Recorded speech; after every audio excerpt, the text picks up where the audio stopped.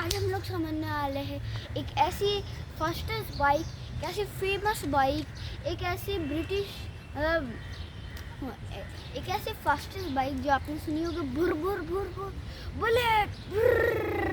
आपने ऐसी सुनी होगी, तो वो बहुत आवाज़ करती है। उसका नाम आपने सुना ही होगा, मैं आपको अभी बताता हूँ। बुलेट है उसका नाम, कंपनी का नाम अलग है। वो फास्टेस्ट बाइक है, फेमस बाइक है, उसका नाम है दोस्तों रॉयल इनफील्ड। और रॉयल इनफील्ड नाम से ही आप समझ गए होंगे ये ब्रिटिश का। तो आइशर मोटर्स आपने सुना होंगे, बहुत सारे ट्रक्स आते हैं उनकी बाइक भी है रॉयल इनफील्ड। तो बहुत सारे ट्रक्स आते हैं उनका, तो बहुत सारे ट्रक्स आते हैं, आपने देखे होंगे।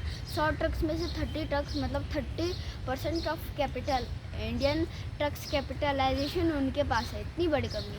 तो उन्होंने 1994 में रॉयल इनफील्ड को खरीद लिया एक ब्रिटिश कंपनी से, ठीक है। उसके बाद क्या हुआ दोस्तों, उसके बाद जो है मतलब स्टार्टिंग से ही रॉयल इनफील्ड जो है वो लॉस में जा रही थी। तो फिर दो चीज़ सोचते लोग कि मैं क्लोज़ कर देता हूँ या फिर मैं क्लोज़ कर देता हूँ या फिर मैं क्या करता हूँ, क्लोज़ कर देता हूँ या फिर इसको बंद कर या फिर किसी को दे देता हूँ। तो किसी को देने के लिए इन्वेस्टर भी चाहिए, और इन्वेस्टर आ ही नहीं रहते क्योंकि लॉस मेकिंग कंपनी को कोई ख़रीदता नहीं है। तो लॉस मेकिंग कंपनी को ख़रीदा ही नहीं, तो फिर उनको क्लोज़ करनी पड़ी। पर जो विक्रम लाल है, जो है आइशर मोटर्स के फाउंडर, तो आइशर मोटर्स के फाउंडर है विक्रम लाल सर। तो विक्रम लाल सर के एक बेटे जिनका नाम है सिद्धार्थ लाल सर। तो सिद्धार्थ लाल सर जो है वो अपना बिजनेस जो है वो बहुत ही अच्छी तरह बनाते थे। फिर उन्होंने board of director and board से बोला कि मुझे रॉयल इनफील्ड बढ़ाने दो, तो फिर उन्होंने उनको परमिशन दे दी। फिर उसके बाद क्या हुआ दोस्तों, उन्होंने सोचा मतलब उनके जो डायरेक्टर्स थे उन्होंने सोचा कि यस बोलिए, मतलब सेड यस, मतलब उन्होंने यस कह दिया और क्योंकि वो पैशनेट थे बाइक राइडिंग के ऊपर। फिर दोस्तों इसके बाद क्या है कि उन्होंने अपनी कंपनी स्टार्ट कर दी वापस, रॉयल इनफील्ड, ठीक है, रॉयल इनफील्ड, ठीक है। और फिर उन्होंने अपनी कंपनी अच्छी तरह बढ़ाई, बिल्कुल बहुत ही अच्छी तरह बनाई। फिर उसके बाद क्या हुआ दोस्तों, उन्होंने अपनी जो कंपनी वो फोकस माइंडसेट से बढ़ाया तो आपका बिजनेस बढ़ सकता है। ठीक है दोस्तों, आइशर मोटर्स के जो वो CEO या फिर चेयरमैन बने, चेयरमैन सॉरी, तो चेयरमैन जब बने वो, तो फिर 15 सेक्टर्स में आइशर मोटर्स काम करती थी, 15 सेक्टर्स में, ठीक है। तो 15 सेक्टर्स में करती थी, वो 15 सेक्टर्स में से 13 कंपनीज जो है वो बेच दी उन्होंने, मतलब 13 कंपनी बेच दी। और मोटरसाइकिल और ट्रक्स में इतना भारी प्रॉफिटेबल कम है, इतना भारी प्रॉफिट कि कोई समझ नहीं सकता दोस्तों, बहुत भारी प्रॉफिट किया उन्होंने, ठीक है दोस्तों। ये हो गया। और वो ये बोलते हैं कि 20 या 40 से बिजनेसेस से ज़्यादा तो आप 2-3 बिजनेसेस क्रिएट कर लो ना, 0 के 10s और 20s का डिफरेंस होता है, ठीक है। तो 2 या 3 बिजनेस करो। आप सोचोगे टाटा, रिलायंस, अडानी इतना कर लिया। तो दोस्तों उन्होंने स्टेप बाय स्टेप अपना बिजनेस बढ़ाया। उनके बहुत सारे लोग, उस कंपनी के चेयरमैन है, इस कंपनी के चेयरमैन है, उसके CEO के फाउंडर, तो ये सब रहता है। तो इसलिए वो कोऑर्डिनेट अच्छी की तरह करा, तो एक पर उनमें बड़ी टीम थी नहीं, तो उन्होंने 2-3 बिजनेसेस पे ध्यान दिया कि 2 बिजनेस, ट्रक्स एंड मोटरसाइकिल को बाइक्स बोल सकते हैं, ठीक है। ये इस पे करा उन्होंने। फिर मतलब वो पैशनेट है बाइक राइडिंग के ऊपर, तो फिर उन्होंने क्या करा, थाउजेंड्स किलोमीटर अकेले वो ड्राइव करते थे, थाउजेंड्स किलोमीटर। और वो जो है वो उसकी स्ट्रेंथ को समझते थे, वीकनेस को समझते थे। तो उन्होंने वीकनेस पे काम करा कि गियर्स को कैसे बदलना है, ब्रेक्स को क्यों बदलना है, प्लेट्स जो है उन सबको कैसे बदलना है, उनकी स्टाइल जो है उनको कैसे बदलना है। तो दोस्तों सिद्धार्थ लाल जो है वो क्रैनफील्ड यूनिवर्सिटी से मैकेनिकल इंजीनियरिंग कर आ गए। और फिर उन्होंने क्या करा कि करंट जनरेशन जो चाहती है उनके लिए उन्होंने प्रोडक्ट्स बनाए, जिसके लिए जैसे कि आपने सुना होगा थंडरबर्ड या फिर बुलेट एक्ट्रेला जो है वो बुर बुर बुर बुर बहुत आवाज़ करती है बुलेट एक्ट्रेला।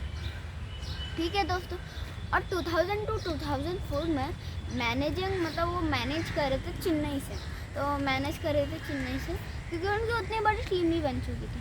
फिर उसके बाद after testing it he take ride himself. मतलब क्या हुआ कि उसको टेस्ट करने के बाद वो खुद राइड करते क्योंकि उनको सब चीज़ मालूम थी कि कैसे उसका टेस्ट करना है। मतलब टेस्ट तो उधर होता है पर जो हज़ारों किलोमीटर का 100 किलोमीटर का टेस्ट होता है वो विक्रम लाल सिद्धार्थ लाल सर करते। फिर उन्होंने बहुत ही सारे बाइक पैशनेट्स को ढूंढा और उनसे चलवाई और उनसे बहुत ही अच्छा बिजनेस ग्रो हुआ। टेस्ट और फिर वापस टेस्ट की चीज़ का उसको अच्छी तरह करना, टेस्ट करना एक बार, अब सीनियर टेस्ट करेंगे। ठीक है, समझ गए इसका क्या है, तो दोस्तों ये समझ गए। फिर उसके बाद वो जो है उनको क्वालिटी और कस्टमर एक्सपीरियंस दिलवाते हैं। तो दोस्तों क्वालिटी और कस्टमर एक्सपीरियंस जो है वो बहुत ही अच्छा होता है। रॉयल एनफील्ड को ऐसे देखा जाता था कि उनको बताना था कि इट सीम्स अ एवेंजरस बाइक। मतलब क्या हुआ कि उसमें एवेंजरस बाइक होनी चाहिए और पावरफुल बाइक होनी चाहिए। वो पावरफुल बाइक होती है तो बहुत अच्छा होता है, स्पोर्ट्स बाइक होती है तो कुछ अलग ही क्रिएट होता है लोगों के माइंड में कि वाह कि स्पोर्ट्स बाइक मिल गई हमें। ठीक है दोस्तों, इसके बाद क्या है दोस्तों, इसके बाद नेक्स्ट में चलते हैं। तो दोस्तों इसके बाद नेक्स्ट क्या है, इसके बाद नेक्स्ट ये है कि this company is so big they don't want to advertising. मतलब क्या हुआ कि ये जो कंपनी है ये बहुत ही बड़ी हो गई है, मतलब रॉयल एनफील्ड जो है वो बहुत ही बड़ी हो गई है, तो फिर उनको जो है एडवर्टाइजिंग करने की ज़रूरत ही नहीं है। क्या advertising, bye bye tata see tomorrow, मतलब एडवर्टाइजिंग करने की उनको ज़रूरत ही नहीं, जो कि बहुत अच्छा रहता है। फिर उनका पैसा भी खर्च नहीं होता और वो जो है वो अच्छी तरह, जैसे कि मैंने आपको बताया बुलेट इलेक्ट्रिक का और बहुत सारे बाइक्स निकाली उन्होंने, तो उससे क्या होता है, उससे ये फ़ायदा होता है कि वो बहुत सारी बाइक्स ला सकते हैं, उनको प्रॉफिट ऐसे ही हो जाता है।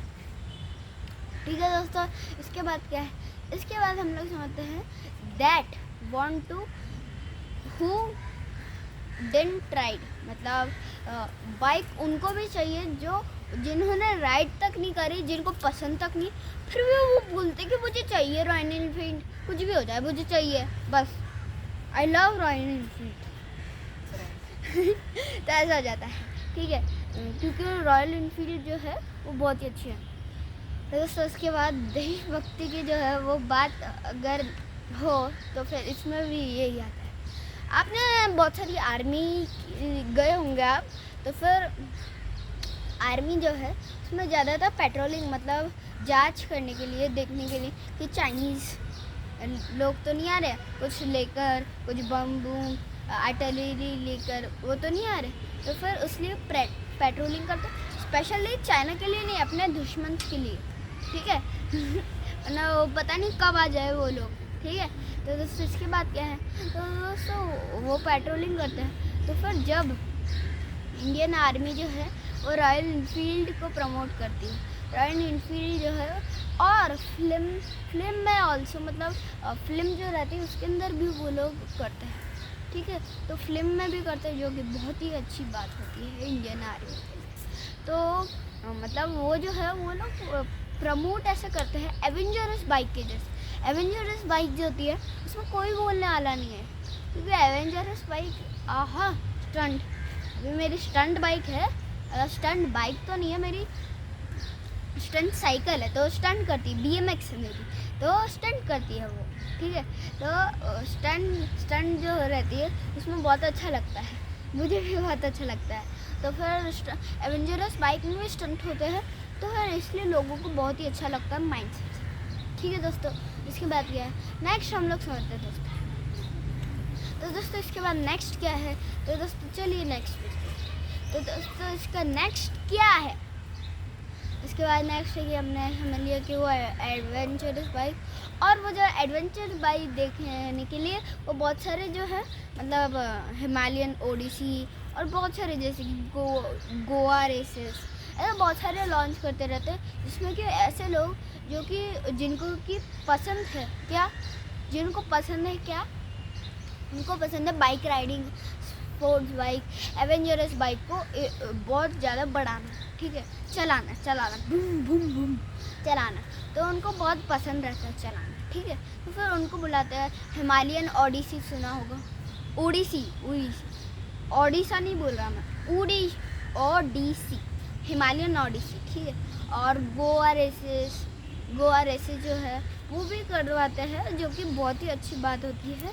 और वो जो है मतलब कौन कि इसके बाद क्या है, ये बाइक सेगमेंट मतलब मिड बाइक सेगमेंट जो रहता है, मिड बाइक सेगमेंट का मतलब क्या होता है कि मिड बाइक सेगमेंट का मतलब ये होता है कि मिड मतलब बड़ी भी नहीं छोटी भी नहीं, बस मीडियम साइज़ की, जैसे कि साइकिल बड़ी या छोटी नहीं, मीडियम साइज़ की, ठीक है, मेरी मीडियम साइज़ की, ठीक है। उसके बाद क्या दोस्तों, तो नेक्स्ट पे चलते हैं कि मीडियम साइज़ हो गया, ठीक है। तो मीडियम साइज़ में 250 सीसी टू 750 सीसी रहता है, और मिड साइज़ में सेगमेंट में 90% कैपिटलाइजेशन बजाज का था और यामाहा का था।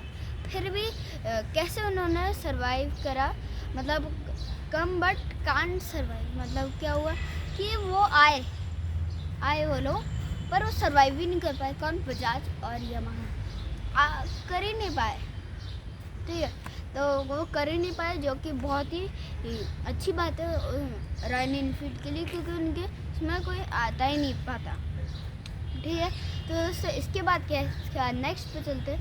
तो दोस्तों इसके बाद नेक्स्ट क्या है, तो दोस्तों इसके बाद नेक्स्ट ये है कि ये हो गया सरवाइव नहीं कर सकते, फिर वो जो है वो अपने प्रोडक्ट लाइन, जैसे कि आपने सुना होगा कि जो प्रोडक्ट लाइन है, जैसे कि आपको कोई भी बिजनेस बढ़ाना है तो आपको प्रोडक्ट लाइन बनानी पड़ती है, तो स्टेप बाय स्टेप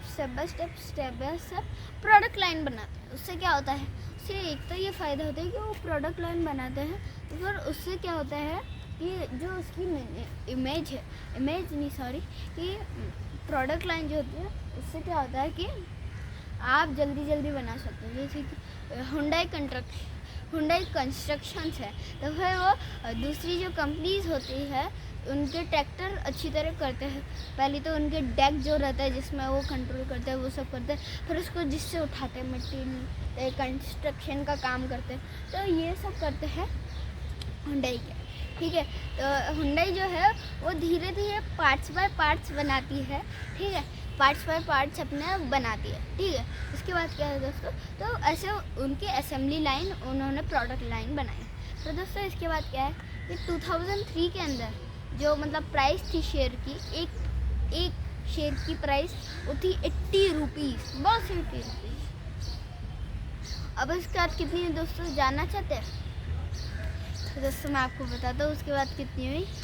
तो 80 रुपीज़, और इन मार्च 2018 27,000, मतलब 27,000 एक पर की शेयर, मतलब कि इन 15 ईयर्स 30,000, मतलब 33,000% जो है शेयर की प्राइस बढ़ गई, जो कि बहुत ही बड़ी बात होती है, ठीक है दोस्तों। इसके बाद क्या है, इसके बाद ये है दोस्तों कि उन्होंने अपनी जो प्राइस है वो इतनी तेज़ी से बढ़ाई कि उनकी जो कंपनी है वो बहुत तेज़ी से बढ़ने लगी। और कोई भी कंपनी बहुत तेज़ी से बढ़ती है, मतलब कि उनका जो माइंडसेट है वो बहुत ही सतर्क है, मतलब कि वो बहुत ही फोकस्ड माइंडसेट है, ठीक है दोस्तों। इसके बाद क्या है कि उनका फोकस्ड माइंडसेट रहता है, तो उससे क्या होता है, फोकस्ड माइंडसेट रहने से उनका जो भी बिजनेसेस होते हैं वो अच्छे बनते हैं, ठीक है। उसके बाद क्या होता है, फोकस्ड माइंडसेट की वजह से 33,000% उनको रिटर्न। दोस्तों आई थिंक सो इन 2018 विक्रम लाल जो है सिद्धार्थ लाल के फादर, तो उनकी वो 14th रिचेस्ट आदमी थे, 14 richest man of the India, world के तो बहुत बड़े, इंडिया क्या बोल रहा हूँ, ठीक है। तो 14 रिचेस्ट मैन ऑफ इंडिया, ठीक है। दोस्तों इसके बाद क्या है कि 14 रिचेस्ट मैन ऑफ इंडिया फिर ये जो रहता है बहुत ही बड़ी अचीवमेंट हो गई, ठीक है। फिर उसके बाद उन्होंने अपना ग्लोबल एक्सपेंशन जो है उन्होंने फिर लंदन जो है उसके अंदर उन्होंने R&D सेंटर्स जो होता है वो उन्होंने खोला, जो कि बहुत ही बड़ी बात होती है। R&D सेंटर्स जो होते हैं वो बहुत ही बड़े बड़े, ठीक है, जिधर वो लोग टेस्ट करते हैं, ठीक है।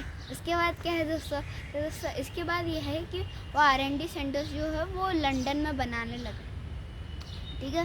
उन्होंने बनाए ग्लोबल एक्सपेंशन करा, लंदन में बनाया उन्होंने R&D सेंटर बनाया। तो उसके बाद क्या दोस्तों कि एक ऐसी कंपनी दोस्तों जिन्होंने बिना लोन लिए इतना बड़ा बिजनेस बना लिया, क्या बिना लोन लिए इतना बड़ा बिजनेस, ठीक है। तो बिना लोन लिए इतना बड़ा बिजनेस बनाना बहुत ही अच्छी बात होती है। मतलब एक भी रुपए लोन नहीं लिया, एक पैसा तक लोन नहीं लिया। मतलब 1 रुपये होता है उससे कम 1 पैसा होता है, उससे कम 99 पैसा होता है। 100 पैसा मतलब 1 रुपीस, ठीक है, समझ गया। उसके बाद क्या है दोस्त, मतलब 1 पैसा भी उन्होंने लोन में नहीं दिया। इतना वो लोग ऐसे थे कि वो फोकस थे, इतना ज़्यादा उन्होंने ग्रोथ करी, इतना ज़्यादा कि कोई समझा ही नहीं सकता आपको, बहुत ज़्यादा ग्रोथ करी उन्होंने, ठीक है। उसके बाद क्या है दोस्तों कि उन्होंने ये कर लिया, फिर उनकी जो कंपनी ग्रो हो रही थी और वो लॉन्च कर रहे थे न्यू बाइक्स, कॉन्टिनेंटल RD उन्होंने करी। फिर उसके बाद कॉन्टिनेंटल RD के बाद उन्होंने बताया गोवा टू मैंगलोर, बेंगलोर मत समझना, मैंगलोर शायद से साउथ में आता है, तो मैंगलोर जो है वो साउथ में आता है। तो बेंगलोर नहीं, बेंगलोर तो उधर कर्नाटक में शायद, है ना। तो मैंगलोर जो है वो साउथ में, तो गोवा टू मैंगलोर वो राइड कर गए। क्या गोवा टू मैंगलोर वो राइड कर गए, वो बहुत ही बड़ी ट्रिप होती है, 1000 किलोमीटर्स की ट्रिप। देन व्हाट, फिर दोस्तों उसके बाद ये है कि उन्होंने गोवा टू मैंगलोर अपनी करी और अपना जो प्रोडक्ट डेवलपमेंट है वो बढ़ाया। प्रोडक्ट डेवलपमेंट बढ़ाते हो ना दोस्तों आप, तो फिर आपका जो बिजनेस होता है वो बहुत ही अच्छी तरह size by size focused, laser sharp focus and focus mindset के साथ बढ़ता है, जो कि बहुत ही बड़ी बात होती है दोस्तों। इसके बाद क्या है दोस्त, बहुत बड़ी बात होती है कि प्रोडक्ट डेवलपमेंट जो है वो बहुत ही ज़रूरी है। फिर वो किसी वजह से तो लंदन गए, R&D सेंटर था, ग्लोबल जॉब्स लेनी थी उनको, क्योंकि जो ग्लोबल जॉब्स होती है उनसे प्रॉफिट होता है किस चीज़ का, ग्लोबल जॉब से क्या होता है ना कि ग्लोबल की जॉब्स आती है तो ग्लोबल लोगों में कुछ ज़्यादा ही माइंड होता है, जैसे कि कुछ ज़्यादा ही इंग्लिश बोल लेते हैं वो लोग, और उनको नॉलेज भी बहुत है। इंडिया वाले को भी नॉलेज होती है पर उनको भी नॉलेज होती है, ठीक है। ग्लोबल जो रहता है उससे ग्लोबल आइडेंटिटी बढ़ती है, ठीक है दोस्तों। इसके बाद क्या है, ठीक है, तो दोस्तों तो दोस्तों उसके बाद क्या है, तो दोस्तों उसके बाद जल्दी से समझते हैं कि वो R&D सेंटर्स गए ग्लोबल जॉब्स लेने, और उसके बाद दोस्तों उन्होंने फोकस के साथ, मतलब with focus a great mindset बनाया, ग्रो करा उनकी कंपनी को एक बहुत ही अच्छा माइंडसेट से। तो दोस्तों ये क्या होता है कि उनका जो बिज़नेस होता है, जो भी लोग बिज़नेस करते हैं, तो उनका जो अपना जो बिज़नेस होता है उसको बढ़ाने के लिए अपना बिज़नेस जो होता है उसको फोकस माइंडसेट, बिल्कुल लेजर शार्प फोकस जो होता है उसको करने के लिए बहुत ही मेहनत लगती है। और दोस्तों अगर आप लेजर शार्प फोकस करेंगे, जैसे कि अगर आपने लेजर शार्प फोकस कर लिया, जैसे कि पेड़ स्टेप बाय स्टेप बढ़ा, तो उससे ही मैंने कंपनी का एग्जांपल दे रहा हूँ कि कंपनी का एग्जांपल कैसे, कि कंपनी जो होती है वो स्टेप बाय स्टेप अपना बिजनेस जो वो बढ़ाएगी, तो फिर वो जो कंपनी है वो अच्छी तरह उनका जो माइंडसेट है वो भी बढ़ जाएगा, वो सोचने लगे, और उनका जो माइंडसेट है वो डेवलप हो जाएगा कि कैसे कैसे अपना जो बिज़नेस है वो स्टेप बाय स्टेप बढ़ाना है, ठीक है दोस्तों। तो दोस्तों इसके बाद ये हो गया। तो दोस्तों मैंने आपके लिए वीडियो बनाया था। तो दोस्तों इंडिया के अंदर उन्होंने 15 साल नंबर 1 हुए बाइक सेक्टर, और उनका नेक्स्ट 15 ईयर्स में ये है कि उनको क्या करना है, उनको मतलब कब तक कि 2023 तो 2033 तक ग्लोबल मार्केट में नंबर 1 बनना है। ठीक है दोस्तों, तो दोस्तों ये था, और वो मतलब 50 से भी ज़्यादा कंट्रीज़ में अपनी जो बाइक्स है वो एक्सपोर्ट करते हैं, तो वो नंबर 1 तो बन ही सकते हैं। तो दोस्तों ऐसे ही मेरे वीडियो देखते रहिए, and please like share subscribe my video. Thanks for watching my video, thank you.